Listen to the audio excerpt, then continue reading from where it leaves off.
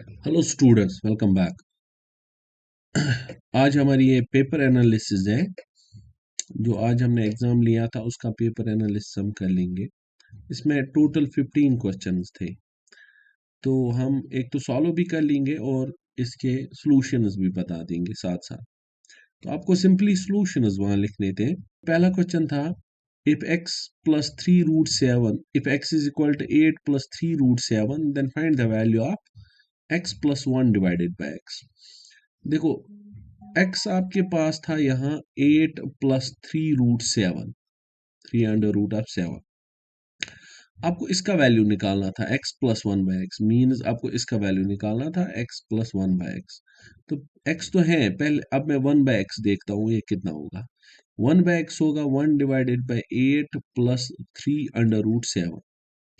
ठीक है, तो इसको क्रॉस मल्टीप्लाई करना पड़ेगा, इस सॉरी इसको रैशनलाइजेशन करनी पड़ेगी इस वजह से, क्योंकि इसका डिनोमिनेटर जो है, डिनोमिनेटर में इसको 3 रूट 7 है। तो मल्टीप्लाई इसको किससे करना पड़ेगा, 8 minus 3 root 7 divided by 8 minus 3 root 7, 3 root 7। तो न्यूमिनेटर में आप देखो मल्टीप्लाई क्या बनेगा मेरा। न्यूमिनेटर में हमारा मल्टीप्लाई बनेगा, जस्ट अ मिनट। न्यूमिनेटर में हमारा मल्टीप्लाई यही रहेगा 8 माइनस 3 रूट 7, लेकिन डिनोमिनेटर में एक फार्मूला बनेगी a plus B into A minus B, that is A square 8 square minus B square, that is 3 under root 7 whole square. ठीक है, तो न्यूमिनेटर यही रहेगा 8 minus 3 under root of 7 divide by 8 8 are 64 minus, देखो 3 का square है 9 और 7 का स्क्वायर कटेगा 9 इंटू 7। ठीक है, तो ये बनेगा 8 minus 3 under root 7 divided by 1, minus 8 minus 3 under root 7, ये वाला था 1 बाय एक्स। ठीक है, x भी पता है अब आपको और 1 बाय एक्स भी पता है। तो जब आप ऐड करते तो आपको ये मिलता, x के बदले 8 प्लस 3 अंडर रूट ऑफ 7 और 1 बाय एक्स के बदले 8 माइनस 3 अंडर रूट ऑफ 7। इसमें 3 अंडर रूट 7 और 3 अंडर रूट 7 कट जाता, तो आंसर हुआ 16। ओके, हाँ तो किसी को कोई दिक्कत है तो वो चैट बॉक्स में बोल सकता है। सुन रहे हैं ना बाकी बच्चे? हाँ, मेरे कोई नहीं सुन रहा है शायद। 3 रैशनल नंबर्स बिटवीन 3 एंड 4, इसमें आपको क्या कर लेना था? ये बहुत आसान क्वेश्चन था। 3 और 4 में क्या करना था? तो आपका एक रैशनल नंबर 3 है, दूसरा 4 है, 3 इज लेस देन 4, तो इसके डिनोमिनेटर में 1 है, इसके डिनोमिनेटर में भी 1 है। तो सिंपली आपको 3 रैशनल नंबर्स ढूंढने थे, तो इसको मल्टीप्लाई 4 से कर लो, 3 बाई 1 को मल्टीप्लाई 4 से कर लो और इसको भी मल्टीप्लाई 4 से कर लो। ठीक है, सॉरी 4 बाई 1 को भी 4 से, तो ये बनेगा 12 बाई 4 और ये बनेगा 16 बाई 4। तो इसके बीच में जो आ गए वो 13 बाई 4 था और 14 बाई 4 था और 15 बाई 4 था। अब अगर किसी बच्चे ने 4 से मल्टीप्लाई नहीं किया होगा किसी और नंबर से, उसको भी जो आंसर आया होगा दैट टू इज करेक्ट। जरूरी नहीं है कि यही 3 करेक्ट है। इसके बगैर अगर 3 रैशनल नंबर्स ढूंढने थे 3 बाई 1 और 4 बाई 1 के बीच में, अगर किसी ने इससे अलग वाले किसी से मल्टीप्लाई किया होगा, लेट सपोज उसने 5 बाई 5 से किया होगा, और दूसरा है मेरे पास 4 बाई 1, उसको भी 5 बाई 5 से मल्टीप्लाई किया होगा, this is 15 divided by 5 is less than 20 divided by 5, तो उसको इससे बड़े वाले आए होंगे, दैट टू आर करेक्ट। हो गया, ये क्वेश्चन नंबर 2 में ये आंसर था। अब हम वापस देखते हैं। In between any two rational numbers, how many irrational numbers exist? दो रैशनल नंबर्स के बीच में कितने इरेशनल नंबर्स एग्जिस्ट हो रहे हैं? ठीक है, इसको हम रिमूव कर देते हैं पहले। दो इरेशनल नंबर्स के बीच में कितने दो नंबर्स के बीच में कितने इरेशनल नंबर्स, जैसे अगर आपके पास 2 और 3 है, 2 और 3 दो नंबर्स हैं, इनके बीच में कितने इरेशनल्स लाई करते हैं? तो मैंने आपको बहुत बार बोला होगा कि इनफानाइट लाई करते हैं। रैशनल भी इनफानाइट होते हैं, तो इरेशनल भी इनफानाइट होते हैं। रैशनल भी और इरेशनल भी इनफानाइट होते हैं। ठीक है, under root 9 is dash dash number, क्या ये रैशनल है या इरेशनल है? It's a rational number. क्योंकि अंडर रूट का 9 जो है इसका वैल्यू अगर आप ढूंढोगे that's equal to 3, so 3 is a rational. How many irrational numbers lie between under root 2 और अंडर रूट 3 के बीच में कितने इरेशनल्स लाई करते हैं? तो अभी हमने यहाँ डिस्कस किया किसी भी नंबर के बीच में अगर आपको इरेशनल्स ढूंढने होते हैं तो वो इनफाइनाइट होते हैं, तो यहाँ भी इनफाइनाइट ही आपको आंसर लिखना था। Infinite rational numbers lie between under root 2 and under root 3। अब ये वाला क्वेश्चन देख लो। ये वाला क्वेश्चन कह रहा है हमें कि 3 रूट 6 और 4 रूट 6 इज इक्वल टू, तो ये तो बहुत आसान था, that was equal to 7 under root 6। ठीक है, इसके बाद 2.3 bar on the 3 is equal to 2.3 bar था। मैंने आपसे बहुत बार ये डिस्कस किया है हाउ टू डू इट। ये बनेगा मुझे 23 माइनस 2 डिवाइडेड बाय 9। ठीक है, ये शॉर्टकट है, तो लॉन्ग प्रोसीजर में भी आप इसको कर सकते थे। That's equal 21 divide by 9। Then you can check it out 21/9 मेरा ठीक बनता था या नहीं। So the option was 21/9। Root 2 is equal to this, find the value of this one. थोड़ा सा ट्विस्ट किया था, उतना ज्यादा भी नहीं था, ये मैंने एक बार आपको शायद सिखाया भी है। तो इसमें क्या करेंगे,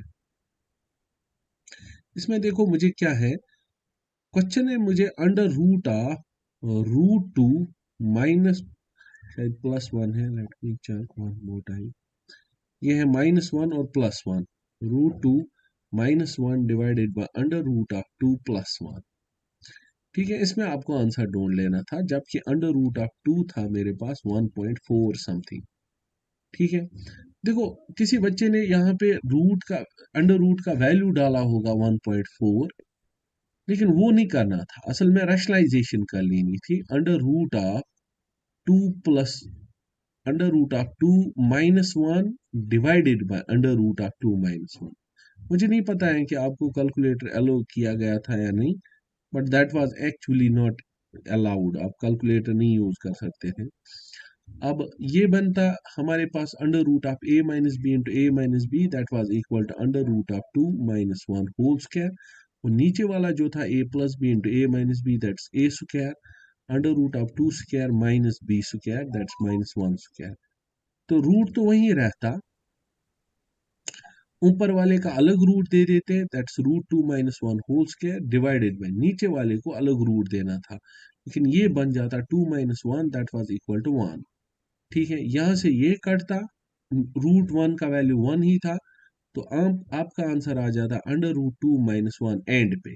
उसके बाद आपको इसका वैल्यू दे देना था 1.4 -1, तो वो बनता 0.4। हाँ, बाकी नंबर्स भी साथ में, मतलब आई मीन टू से कि ये जो 1.414, ये 41 भी लिखना था, तो ये आपका 1.41 था, तो यहाँ 0.41 आता। तो इस क्वेश्चन का आंसर आपको लिखना था 0.41। 0.41 इसका 0.41। डिफाइन इरेशनल नंबर, मैंने बहुत दफा आपको बोला है, इरेशनल नंबर जिसकी decimal representation non terminating non repeating होगी, या which cannot be expressed in the form of P by Q, जिसको हम एक्सप्रेस नहीं कर सकते हैं पी बाई क्यू फॉर्म में, that two is an irrational number. ठीक है, तो डेफिनेशन लिखनी थी, मैंने आपको कहा था कि एंड बैक साइड के पेज पे लिख लेना। Moving on, what criteria is used, कौन सा criteria use for the rational number p and q and coprime so that p will have non terminating decimal representation, non terminating decimal representation. तो कौन सा criteria होना चाहिए कि decimal representation non terminating होती। देखो फिर से, what criteria is required for rational number where p and q are integers and are co-prime, means कोई फैक्टर नहीं होगा, p and q will have non terminating decimal representation। तो आपको लिखना था q is not equal to in the form of 2 raised power m into 5 raised power m। ये जो equal to sign था वो उसके लिए लगता है जब decimal representation terminating, sorry non terminating repeating, sorry ये था Q is equal to 2 raised power m into 5 raised power m, तभी नॉन टर्मिनेटिंग रहती किसकी, p बाई क्यू की। ठीक है, ये भी इजी था, मैंने पढ़ाया था। 2√3 प्लस √3 आ जाता 3√3, ये भी इजी था। हाँ, तो रैशनलाइजेशन कर लेनी थी एक डिनोमिनेटर को 1 डिवाइडेड बाय, इसको रैशनलाइजेशन कर लेनी थी 1 डिवाइडेड बाय √7 माइनस 2। तो सिंपल था, √7 प्लस 2 डिवाइडेड बाय √7 प्लस 2 से मल्टीप्लाई करके आंसर ढूंढ लेना था। That was equal to √7 plus 2 divided by A square minus B square, वो 7 square minus 4, 7 minus 4 that's 3। This was the answer. तो ये इसका था। What would be the denominator of rationalisation? इसका डिनोमिनेटर क्या आ जाता आफ्टर रैशनलाइजेशन? तो क्वेश्चन था हमारे पास 7 7 डिवाइडेड बाय, एक मिनट, 7 डिवाइडेड 5√3 माइनस 5√2, 5√3 माइनस 5√2। आपको बोलना था आफ्टर रैशनलाइजेशन इसका डिनोमिनेटर क्या बनेगा। तो रैशनलाइजेशन करने के लिए क्या कर लेना था, 5√3 प्लस 5√2 डिवाइडेड बाय 5√3 प्लस 5√2। तो ऊपर का तो मल्टीप्लाई करना ही नहीं था, बिकॉज हमें डिनोमिनेटर के बारे में पता कर लेना था कि वो क्या रहता। So that was a minus b into a plus b, a square, that's 5√3 whole square minus b square 5√2 whole square।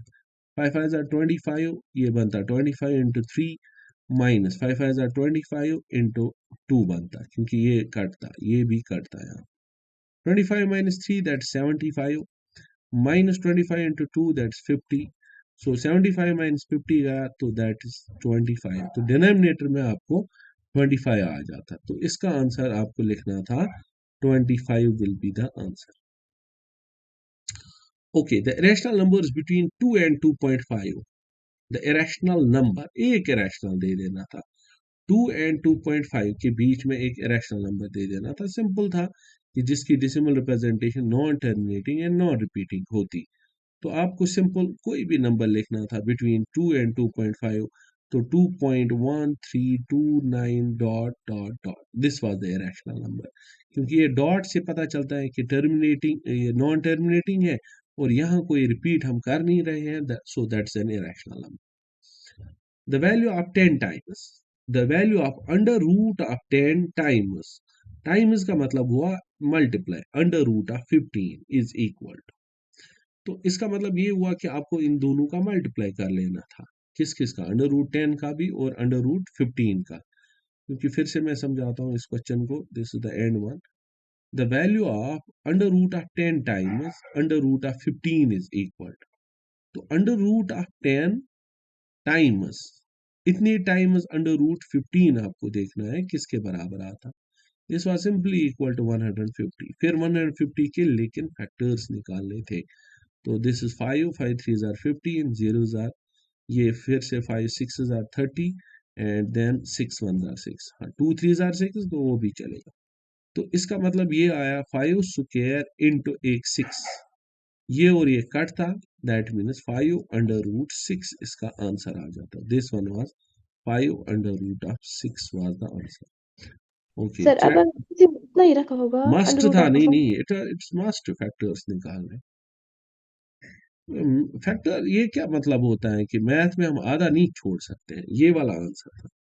This one was the answer, न कि ये आंसर जिसने इसको रखा वो तो गलत हुआ ना, ये आंसर था। तो अगर आपको 2 + 3 + 5 है कभी, आप क्या लिखोगे इसका आंसर 5 3 2 + 8, नहीं, सिंपल आपको स्टेप करना है। जैसे आपको यहाँ लगता है ना कि नहीं स्टेप करना है, यहाँ 10 लिखना है, तो वैसे ही मैथ में यहाँ भी स्टेप लिखना है, इसको आगे ले आना। ओके, किसी ने और कोई पूछा था, क्वेश्चन नंबर 11 सिखाइए। ओके, क्वेश्चन नंबर 11,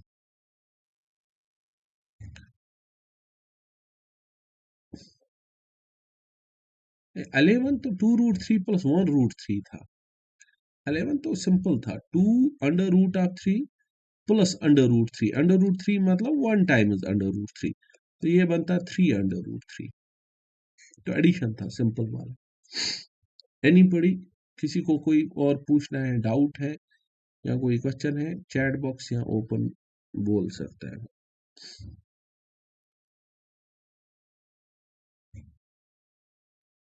सर जो ये रैशनलाइज वाला क्वेश्चन था, जो डिनोमिनेटर का 1 डिवाइड बाय √7 - 2, सर ये फिर से दिखाइए। ये वाला कोई बात नहीं, मैं दिखाता हूँ। देखो ये आपको करना था 1 डिवाइडेड बाय √7 - 2। तो रेशनलाइज में आपको कर लेना था √7 + 2 डिवाइडेड बाय √7 + 2। तो ये ऊपर का वही रहता है √7 + 2 का 1 के साथ, लेकिन नीचे फार्मूला बनती है a - b × a + b। तो दैट्स √7 होल स्क्वायर -2 स्क्वायर। ये और ये काटता, तो आंसर बनता √7 + 2 divided by 7 - 4, that's 3। Hmm. Anybody else? Sir hmm sir ये x = 8 + 3 √7, then find the value of x + hmm 1 divide by x। हाँ, तो ये तो मैंने सिखाया ना, फिर से सीखना है। सर मैं थोड़ा लेट आई क्लास में। ओके, क्या था क्वेश्चन? x = 8 + 3 √7। 3 √7। ठीक है, आपको इसका वैल्यू निकालना था x + 1/x। पहले 1/x ढूंढते हैं कितना होगा। So that will be 8 plus, sorry, 1 divided by 8 + 3 √7। इसको पहले ही मैं रैशनलाइज कर लूंगा, 8 - 3 √7 डिवाइडेड बाय 8 - 3 √7। 3 √7, ठीक है। तो न्यूमिनेटर का मल्टीप्लाई होगा, दैट विल बी 8 - 3 √7। डिनोमिनेटर में a + b × a - b। So that's a² - b²। b के बदले आएगा 3 √7 होल स्क्वायर।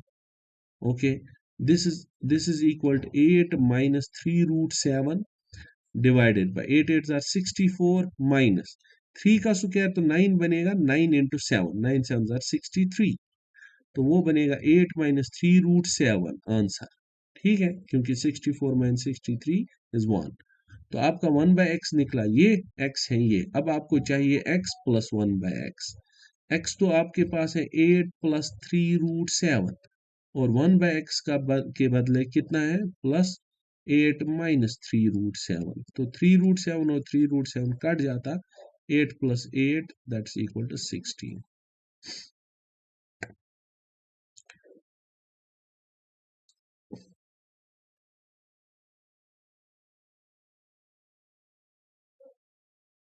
एनीबॉडी एल्स जिसको कोई क्वेश्चन है या कोई पार्ट समझ नहीं आया होगा?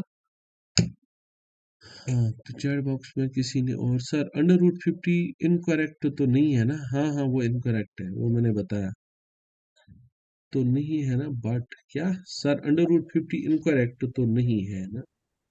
नहीं, ऑब्वियसली इनकरेक्ट है। मैंने आपको एक सिंपल सी एग्जांपल दे दी। देखो यहाँ एक रूल लगता है, यहाँ आपकी मनमानी नहीं चलती है मैथ में।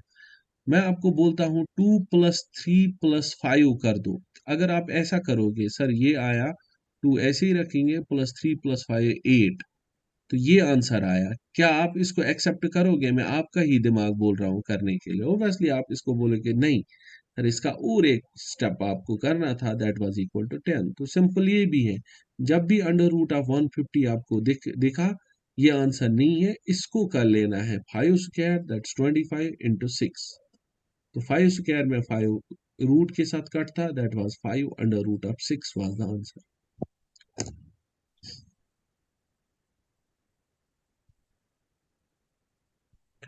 इन क्वेश्चंस में तो हम यही आपसे उम्मीद करते हैं कि आपको ये चीजें समझ आ जाए।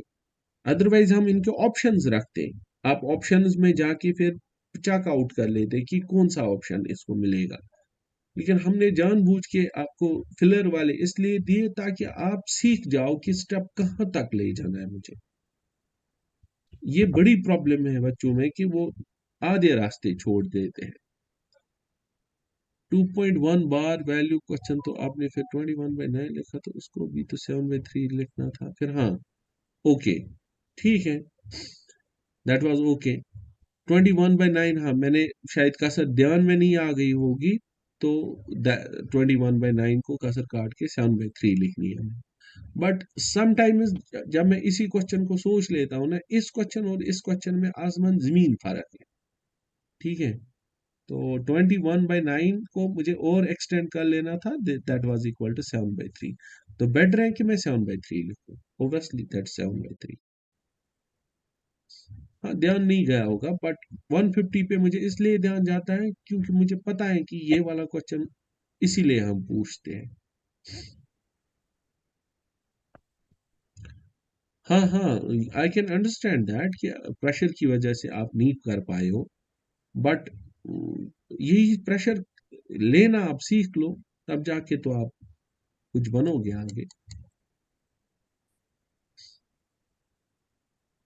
टाइम टाइम कॉन्स्ट्रेंट था, वो मैं समझ सकता हूँ, बट फ्रॉम लास्ट कितने मिनट से, फ्रॉम लास्ट अभी कितना टाइम हो गया, ऑलमोस्ट मैंने 10:15 स्टार्ट किया था, 10:40, 30 मिनट से तो मैं भी कर रहा हूँ ना। 30 मिनट में एक बार नीचे भी गया था, तो it was so simple for you to do this paper in 20 minutes. इसमें टाइम टाइम की वजह से मुझे नहीं लगता है प्रेशर लेना चाहिए था। ओके, अगर किसी और को क्वेश्चन है तो बता दो, चैट कर दो। I am just waiting for 1 more minute, then we will close it. कल से हम क्लास वही वाली आर.डी. शर्मा की स्टार्ट करने वाले हैं।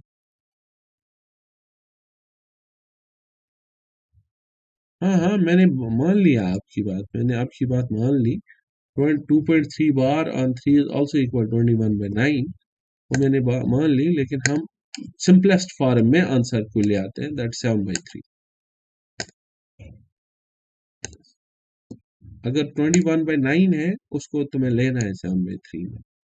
यही तो मैं आपसे चाहता हूँ कि आप ये चीजें सीख लो। चलो, we will continue on tomorrow the class, until then good bye.